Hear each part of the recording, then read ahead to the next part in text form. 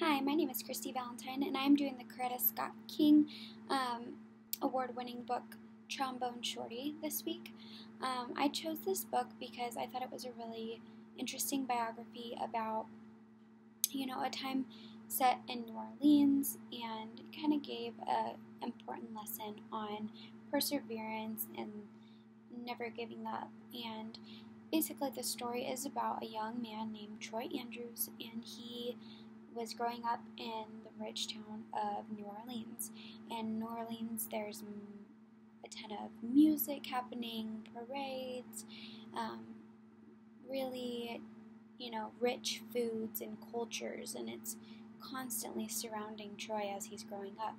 He has an older brother who's extremely interested in music and has his own band, and he does jazz, and so this influences Troy to want to kind of make his own music and find his own influence with his own instruments.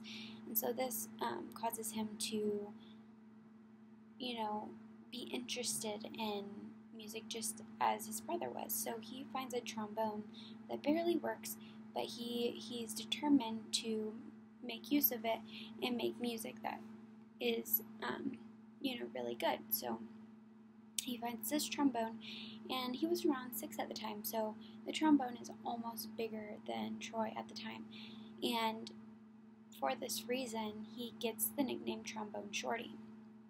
It does not take much longer until Troy's friends and family realized how talented he really is, and his nickname really stuck with him because he was so good on this trombone that it was just part of his name. And his mother got him tickets to a festival of these amazing jazz musicians, and he takes his trombone with him to play along with all these amazing musicians. And Bo Diddley, an amazing musician, hears him and asks, "Who is that?" and asks him to come up on stage with him and play. And then years later, he gets to go back to these festivals and play all around the world because he persevered. He took his talent and he ran with it. He decided that that's what he was going to do. That's who he wanted to be. And with the surroundings he had with his family, his friends who, helped him to persevere, he was able to take his talent and make it a career. And he gets to go back to that festival every year in his hometown and play for those thousands of people like he did that day with Bo Diddley, which I think is really awesome. I think it's a great book for kids because it does show a lot of perseverance and strength.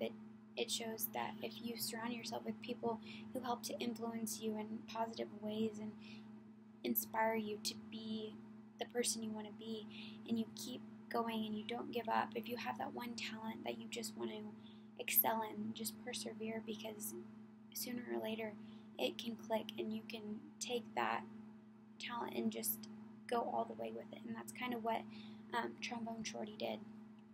And he wrote this book himself, so I think that that's another great image for children to have, is that people, may be insecure about something or may not think they can do it, but this young man who wrote this story is giving us a first-hand account of his journey and how he